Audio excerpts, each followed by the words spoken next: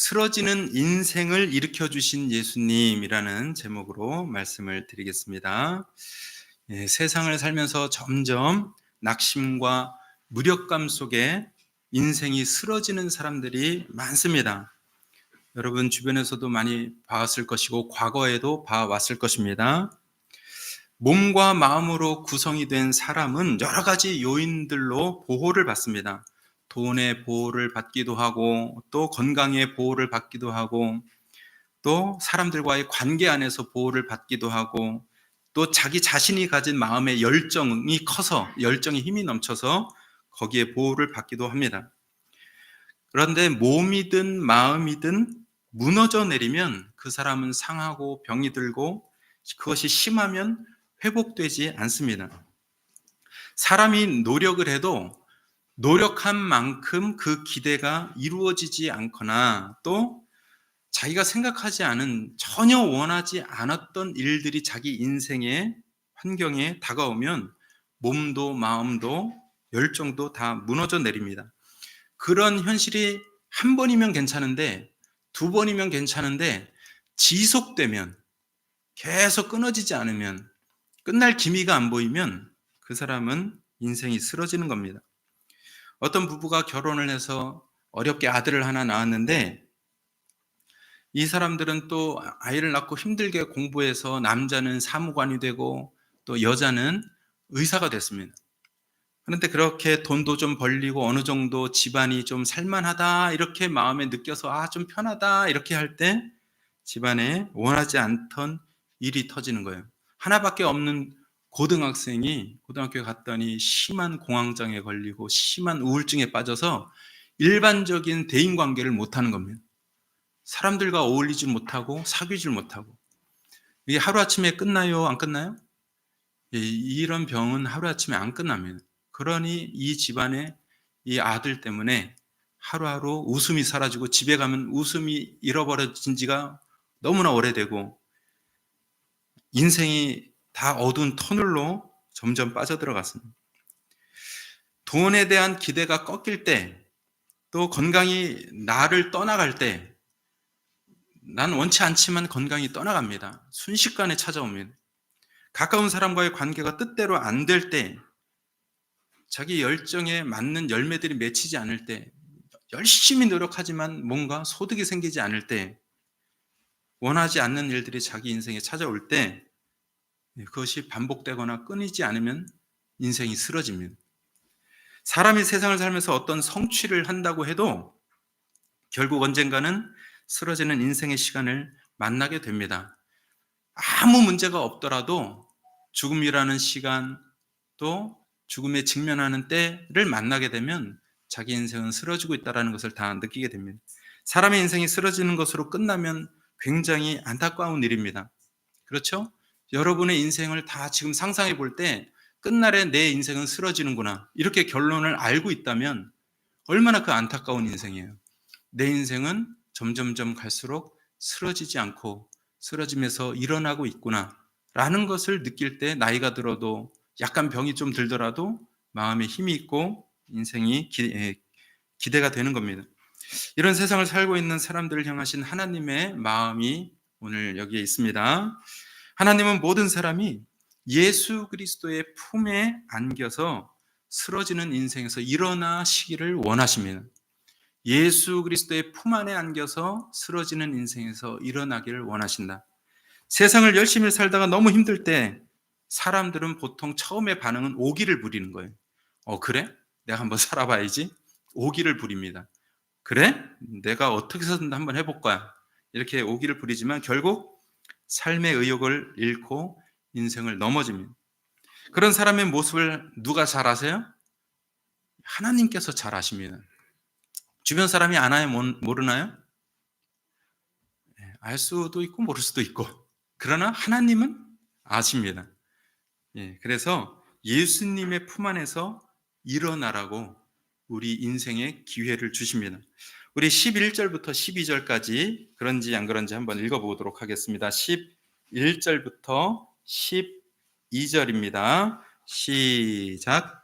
성문에 있는 모든 백성과 장로들이 이르되 우리가 증인이 되나니 여호와께서 내 집에 들어가는 여인으로 이스라엘의 집을 세운 라헬과 레아 두 사람 같게 하시고 내가 에브라스에서 유력하고 베들레헴에서 유명하게 하시기를 원하며 여호와께서 이 젊은 여자로 말미암아 내게 상속자를 주사 내 집이 다말이 유다에게 낳아준 베레스의 집과 같게 하시기를 원하노라 하니라.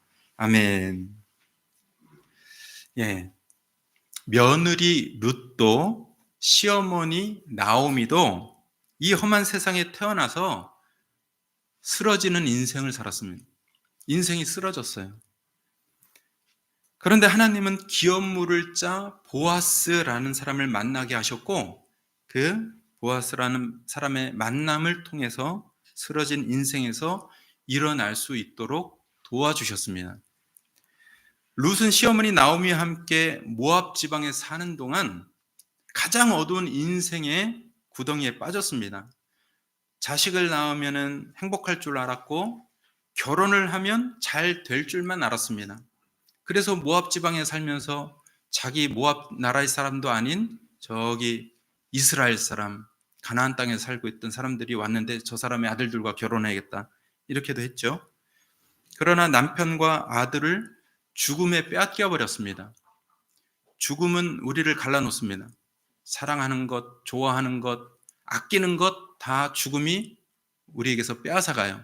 그러니 너무 사랑하지 마시기 바랍니다. 세상의 것을 다 빼앗깁니다. 그런데 당시에 그래도 가장 사랑하고 아끼고 믿을 만한 게 뭐예요? 남편과 자식이고 또 며느리고 사위고 다 그런 겁니다.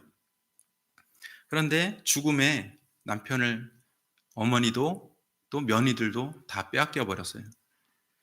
그 후로 평생 겪어보지 못한 인생의 쓴맛을 보게 되었습니다. 양식을 구걸해야 되는 모압 지방에 사는 것만큼이나 어렵게 실패해서 돌아간 베들레헴 고향 거기서 사는 것도 힘들기는 마찬가지였습니다. 오히려 더 힘들어요. 사람들의 눈초리를 봐야 돼요. 눈치를 봐야 됩니다. 농사 짓는 누군가의 땅에 들어가 이삭을 주어야 먹고 살 수 있었습니다. 자기 백성을 돌보시는 하나님이 계신 고향에 돌아온 것 그 한 가지 그것만으로 만족하며 살 수밖에 없었습니다. 그런데 하나님은 인생이 쓰러졌어도 하나님께 돌아온 자기 백성을 돌보아 주시는 분이라는 것을 우린 성경을 통해서 알 수 있는 거예요. 그래서 성경이 우리 인생의 진리요, 성경이 우리 인생의 나침반이라는 거예요.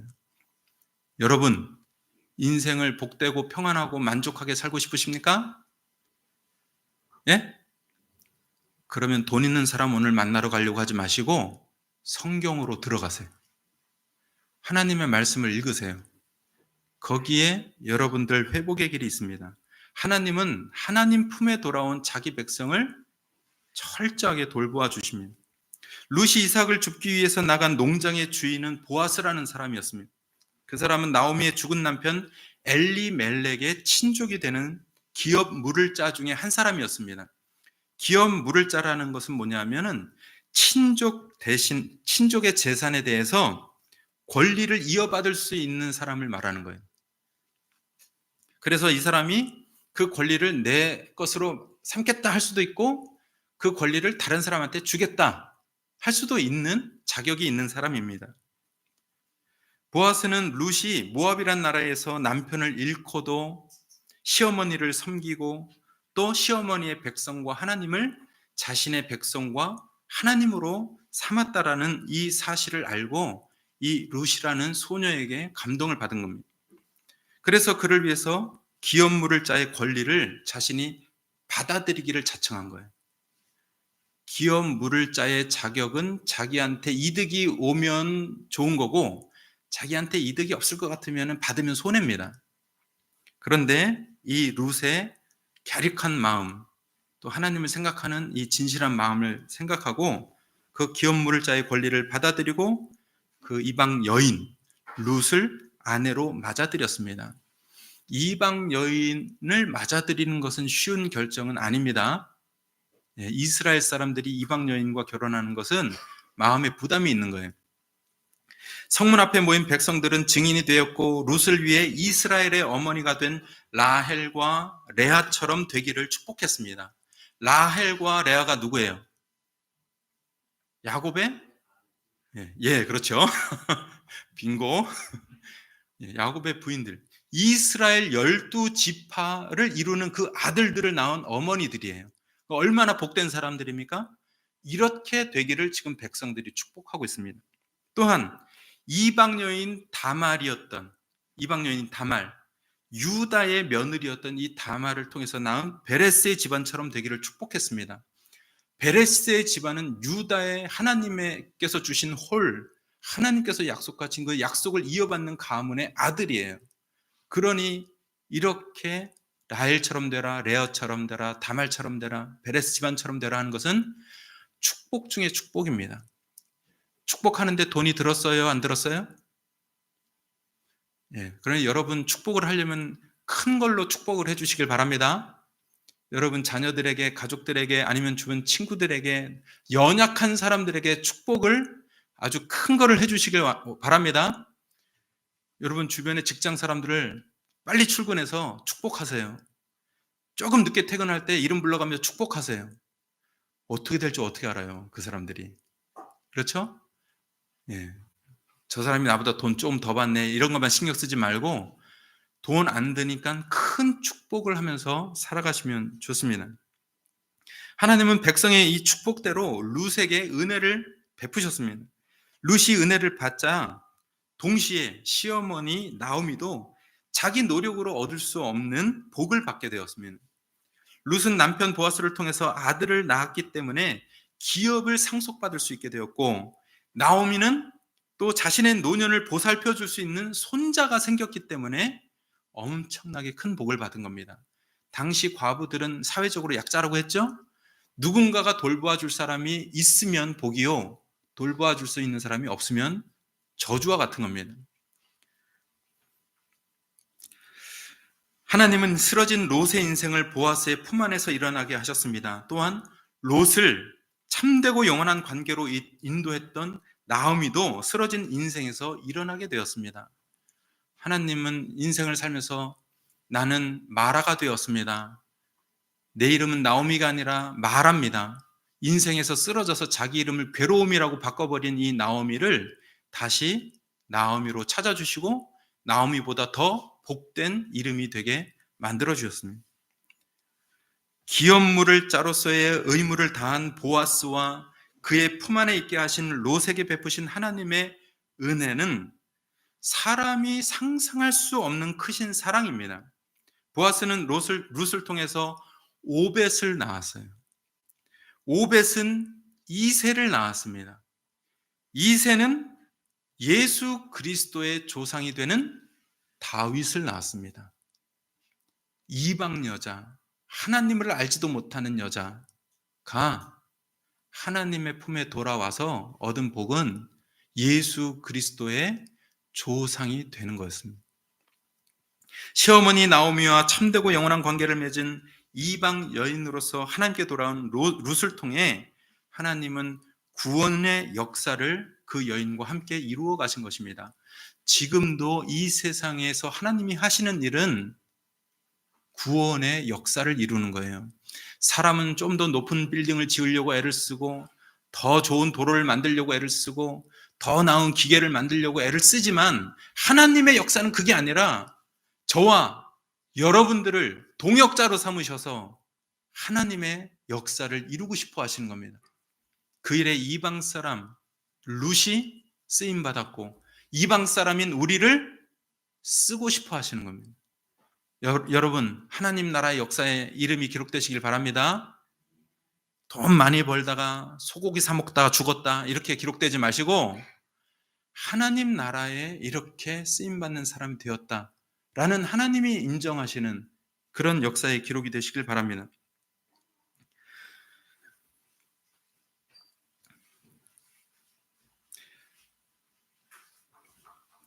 시어머니 나오미와 참되고 영원한 관계를 맺은 이방 여인으로서 하나님께 돌아온 이 룻은 그렇게 하나님의 사랑과 또 역사 안에 함께 했는데, 이보다 더 큰 은혜는 우리 인생 중에 없다고 믿으셔도 좋을 것 같습니다. 보아스는 하나님의 선택된 백성이 아닌 이 이방 여인 룻이라도 품 안에 품어서 그의 쓰러진 인생을 일으켜 세워줬어요. 보아스라는 사람은 이방 여인이지만 그 사람을 품어서 쓰러진 인생을 세워줬다는 말입니다. 보아스는 다윗의 후손으로 오시는 예수 그리스도의 조상입니다. 또한 동시에 예수 그리스도를 예표하는 인물로서 성경에 등장하고 있는 겁니다. 예수 그리스도는 유대인만 아니라 이방인들 모두를 품어주셔서 이 세상에서 쓰러지는 인생에서 일으켜 주시는 구원자시요 또 주님이 되시는 줄 믿습니다. 이사야 41장 10절에 말씀합니다. 두려워하지 말라, 내가 너와 함께함이라. 놀라지 말라, 나는 내 하나님이 됨이라. 내가 너를 굳세게 하리라. 참으로 너를 도와주리라. 참으로 나의 의로운 오른손으로 너를 붙들리라. 이렇게 말씀을 하고 있습니다. 하나님은 세상을 살면서 낙심하고 무력감에 빠져서 쓰러지는 인생을 살 수밖에 없는 사람에게 두려워하지 말라고 하십니다. 내가 너의 하나님이 되겠다고 하십니다. 인생이 쓰러지는 사람에게 너를 도와주겠다고 하십니다. 능력의 오른손으로 너를 붙들어 주겠다고 하십니다. 여러분, 혹시 최근에 오늘날 무엇으로 낙심하고 무엇으로 힘에 지쳐 쓰러져 살아가고 계십니까? 하나님께서 약속하고 계세요. 또 말씀하십니다. 내가 너를 도와주겠다. 내가 너를 붙들어 주겠다. 자, 이러니 우리가 누구를 바라보고 살아야 됩니까? 하나님을 바라보고 사셔야 돼요. 하나님을 바라보고 살지 않는 크기만큼 인생은 괴로워집니다. 하나님을 바라보고 사는 만큼 인생은 가벼워집니다. 이것이 진리예요. 세상을 생각하는 크기가 크면 클수록 그 사람은 인생의 짐이 무겁습니다. 하나님을 생각하는 크기가 큰 사람은 인생의 짐이 가벼워집니다. 이게 성경의 원리입니다. 세상의 일을 소홀히 하라는 뜻이 아닙니다. 마음을 하나님께 두라는 겁니다. 하나님은 사람이 아니십니다. 하나님은 사람을 만드신 분으로서 하나님 자신이 하신 그 말씀을 반드시 지켜주실 것입니다. 예수 그리스도께서 상속받을 것이 아무것도 없는 이 세상을 살고 있는 그 세상에서 쓰러진 우리를 맞아주시고 돌봐주십니다. 보아스는 사람으로서 룻을 돌봐야 한다는 자신의 의무를 지켰습니다. 그것은 험한 세상에서 비천하게 살다가 마감될 수밖에 없는 모든 사람을 위해 예수님이 기업 물을 자가 되어 주셨다라는 그 진리를 품고 있는 모습입니다. 은혜로운 하나님 아버지께서 우리를 예수 그리스도께로 인도해 주시고 그 사랑을 받게 하셨다는 사실을 한 분도 빠짐없이 믿으시기를 바랍니다. 그러므로 하나님의 뜻 안에 살고자 하는 성도는 예수 그리스도의 희생을 감사하면서 살아가셔야 돼요. 넘어진 사람이 일어날 때는 무엇인가를 붙잡고 의지하면서 일어납니다. 사람은 돌에 걸려 넘어질 수도 있고, 또 돈을 잃고 넘어질 수도 있고, 또 다른 사람한테 속아서 넘어질 수도 있고, 귀신에 시달리다가 넘어질 수도 있고,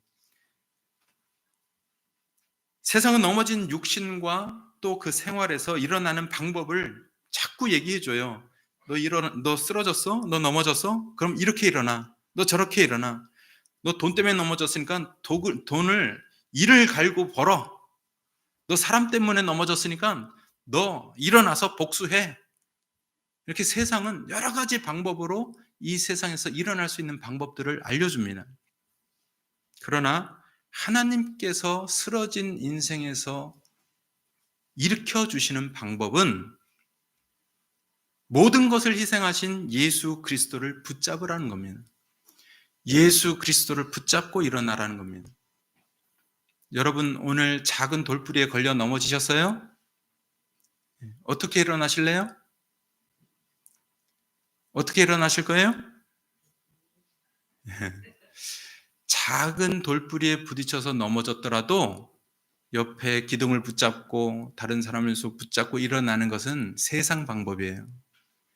우리는 작은 것에 넘어졌어도 이제는 예수 그리스도를 붙잡고 일어나야 돼요. 믿습니까? 그것을 훈련하는 것이 신앙생활이에요. 그것을 훈련하는 것이 믿음입니다. 그런 믿음이 있어야 돼요. 아이, 오늘 뭐 이 정도는 내가 살 수 있어. 오늘 이 정도의 일 규모는 내 계획대로 할 수 있어. 오늘 내가 또 해가 뜨면 또 직장에 나갈 거야. 그럼 변함없이 내 일이 있어. 거긴 내가 만나서 일할 사람들이 여전히 있어. 이런 마음으로는 안 된다는 거예요. 그런 마음은 세상을 붙잡고 일어나는 사람들의 마음입니다.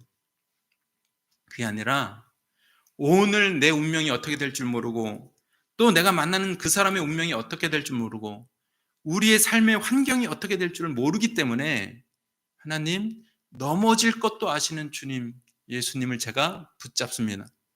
이런 마음, 낮은 마음, 겸손한 마음으로 살아가는 것이 성숙한 신앙인의 자세인 줄 믿습니다.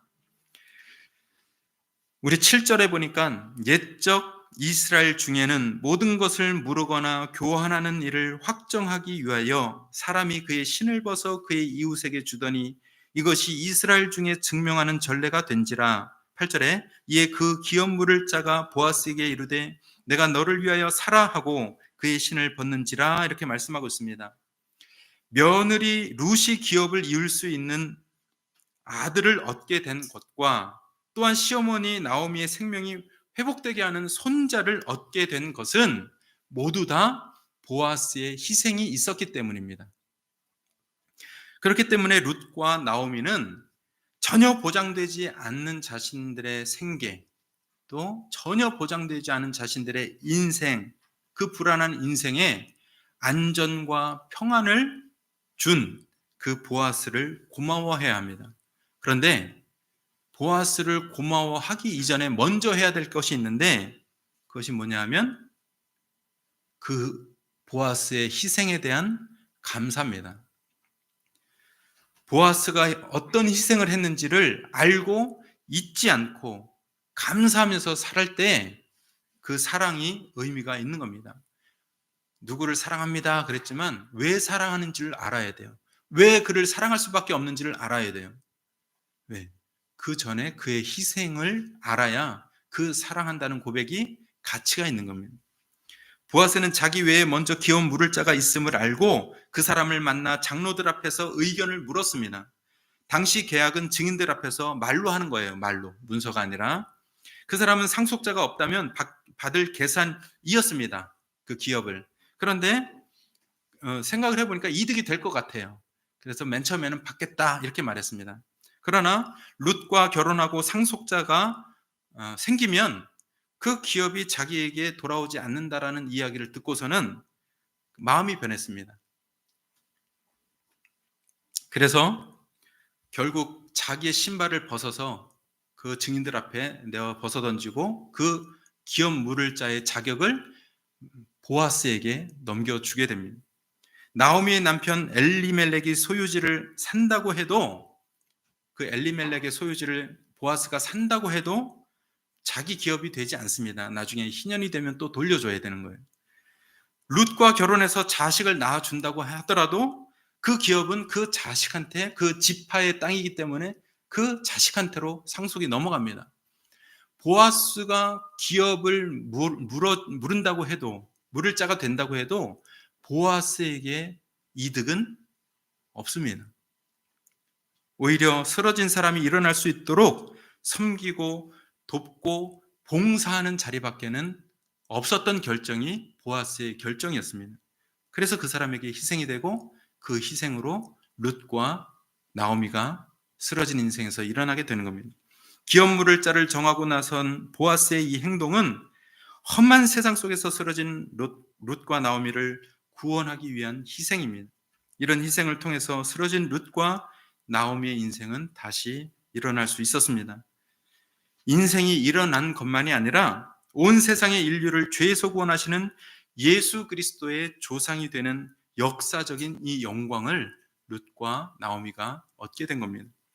보아스보다 먼저 기업 물을 자격이 있었던 그 사람은 이 놀랍고 위대한 역사와 하나님의 영광을 가질 수 있는 자격이 자기에게 있었음에도 불구하고 그것을 잃어버린 사람으로 오늘 기록이 되고 있습니다. 여러분, 자청에서 기업 물을 사람이 되시길 바랍니다. 자청에서 쓰러진 사람들을 일으켜 주겠노라고 나서는 성도가 되시길 바랍니다. 하나님 나라의 영광과 역사에 기록될 수 있는 지금 기회가 오늘 여러분에게 주어져 있을지도 모릅니다. 그러나 기업물을 짜로서 자기 의무를 내던져버린 그 사람은 역사에서 제외됐고 마땅히 자기 것이 아니었음에도 불구하고 자기 기업물을 짜의 자격을 자기가 자청하여 받아서 룻과 나오미를 일으켜 세운 보아스는 하나님 나라의 역사에 구원의 역사에 쓰임 받게 된 겁니다. 쓰러진 사람을 도우려고 나섰던 보아스처럼 살아가는 것이 예수 그리스도를 닮는 인생이 되는 줄 믿습니다. 쓰러진 인생에서 룻과 나오미는 보아스의 희생을 붙잡고 일어설 수 있었던 겁니다. 여러분도 여러분 주위에 쓰러진 사람들이 붙잡고 일어날 수 있는 사람이 되주시길 바랍니다. 여러분 직장에 가서, 여러분 또 사업장에 가서, 여러분 살림하는 이웃 사람들 앞에 가서 옆에 서주세요. 붙잡고 일어날 수 있도록. 우리가 세상을 잘 산다고 인정받을 수 있는 길은 예수 그리스도를 붙잡고 일어나는 삶을 사는 것뿐입니다. 우리가 힘든 세상을 살면서 넘어질 수 있고 쓰러질 수 있습니다. 그러나 일어나야 합니다. 그런데 일어나고자 할 때에는 세상 사람들처럼 세상의 것들을 잡고 일어날 것이 아니라 예수 그리스도를 붙잡고 일어나야 한다는 말씀입니다. 예수 그리스도를 붙잡는 가장 강력한 방법, 그것은 우리를 위해 생명을 내놓으신 예수 그리스도의 희생을 감사하는 거예요. 여러분 예수님 사랑하시죠? 그 사랑이 진짜예요, 가짜예요? 예수님 사랑한다는 그 고백이 진짜이려면 예수님이 나를 위해 애매히 십자가에서 매 맞고 피 흘려 죽으셨다는 그 사실을 기억하고 감사하셔야 됩니다. 예수님에 대한 감사가 없이는 예수님께 대한 고백이 다 의심받아야 돼요. 우리가 예수 그리스도를 붙잡는 가장 큰 방법은 그분의 희생을 감사하는 겁니다. 누군가 나에게 베푼 희생을 알지 못하거나 기억하지 않으면 감사는 나올 수 없고 그 사람을 의지할 수가 없습니다. 내가 오늘 100억의 빚이 있는데 내 힘으로는 그 100억을 갚을 능력이 없어요. 그런데 내 옆집에 1000억의 부자가 있습니다. 그 사람이 내가 하도 빚에 쫓겨서 너무 힘들게 사람처럼 살지도 못하고 있는 것이 안타까우니까 그 사람이 아무 조건 없이 100억을 대신 빚쟁이에게 갚아줬습니다. 그럼 이 빚을 청산받은 사람은 빚에서 해방이 됐습니까? 안 됐습니까? 해방이 됐죠? 그러면은 밥 맛있는 거 먹고 소고기 사 먹고 잘 살면 돼요? 아니면은 과연 이 100억을 누가 갚아주었는가? 나를 누가 이 빚에서 허덕이지 않게 하려고 이 빚을 갚아주셨는가? 그것을 찾아서 알아야 돼요? 말아야 돼요? 그분에 대한 감사를 잊어야 돼요? 말아야 돼요? 그 사실을 알고 기억하지 않으면 저의 빚 갚아주셔서 감사합니다, 사랑합니다 100번 해도 그 고백은 다 가짜인 줄 믿습니다. 예수님이 나를 위해 정말 왜 십자가 지셨는지, 왜 나 때문에 십자가에 올라가서 죄 없는 분이 창에 찔리고 매 맞고 피 흘려 물까지 다 쏟으시면서 죽으셨는지 그것을 생각하고 기억하고 되뇌이고 곱씹지 않고 감사하지 않으면 예수님과 나랑 무슨 상관이 있습니까? 네. 여러분 지금도 험하고 불완전한 세상 속에서 낙심해서 사는 사람들이 너무나 많습니다. 보아스는 기업물을 자를 자청해서 이방 사람이었던 룻을 아내로 맞아 기업을 잇게 해준 사람이고 그 희생은 사실입니다. 룻은 그 사실을 기억합니다. 그래서 그 희생을 감사하고 보아스를 의지했습니다. 하나님이 자기 죄악으로 세상에서 쓰러진 사람들을 위해 죄 없는 하나님의 아들을 내어준 희생은 사실입니다. 하나님의 희생으로 세상에 사람의 몸을 입고 오신 예수 그리스도, 자기의 죄악으로 쓰러진 인생을 사는 우리를 위해서 십자가의 대속의 제물로 희생당하신 일, 그것은 사실이라는 것을 우리가 계속 기억하고 살아가시길 바랍니다. 쓰러진 인생을 일으켜 주시기 위해서 자청하신 예수님의 희생을 기억하고 감사하는 것이 예수 그리스도를 꽉 붙잡고 살아가는 우리의 믿음이 되는 겁니다. 하나님은 보아스의 희생을 통해 쓰러진 인생이었던 룻을 또 나오미를 일으켜 세워주셨습니다. 그것은 자기 죄악으로 쓰러진 인생을 사는 모든 사람을 일으켜 세워주시려고 십자가를 자청하신 예수 그리스도의 희생을 예표하는 행동이었습니다. 여러분, 우리는 먼저 쓰러진 나를 일으켜 세워주시는 예수님의 희생을 나부터 기억하고 감사하면서 살아야 됩니다. 그렇게 예수님을 붙잡고 살아야 합니다. 그리고 나아가서, 그것을 바탕으로 나아가서 우리와 같이 쓰러진 인생 속에서 낭망한 채로 머물러 있는 사람들을 지금 우리는 보면서 살고 있는데, 그 사람들을 보아스처럼 예수님처럼 자청해서 희생하는 삶을 우리가 살아가야 됩니다. 자청하여 희생하면 손해와 불편이 있습니다. 그래도 자청할 수 있겠습니까? 손해를 보는 일에 자청해서 살아갔던 분들이 보아스요 예수 그리스도십니다. 그렇게 해서 먼저 그 사람들이 붙잡을 수 있는 손을 우리가 내밀어주고, 그 손을 통해 보아스의 품에 안긴 룻처럼 예수 그리스도의 품 안에 안기는 사람들이 되도록 도우며 살아가시기를 바랍니다. 그렇게 해서 세상의 이웃과 참되고 영원한 관계를 계속해서 이루어가서 영적인 가족들을 한 사람이라도 만들어내는 것, 그것이 우리에게 오늘 주신 가정의 달에 우리에게 가족의 의미가 되는 줄 믿습니다. 이런 영적으로 확대된 가족, 참되고 영원한 관계를 맺는 신앙생활을 계속해서 살아나가시기를 축복드립니다.